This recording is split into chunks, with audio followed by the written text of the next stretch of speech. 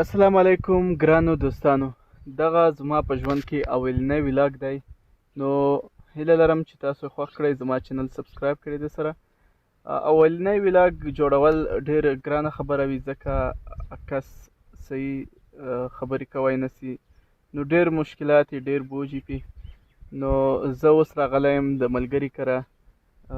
زه اکثره وخت راځم هغوی کره، ځکه چې د هغوی ډېر ښایسته باغونه دي، چمنونه دي، نو ډېر ښایسته ځایونه یي.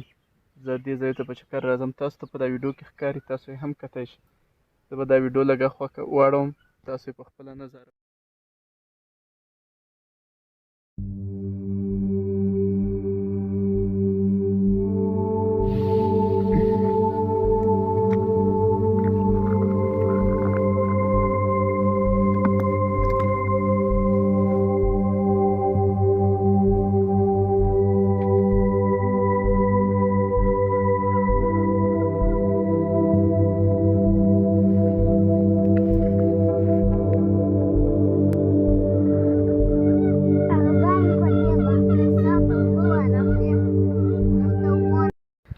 السلام علیکم دوستانو.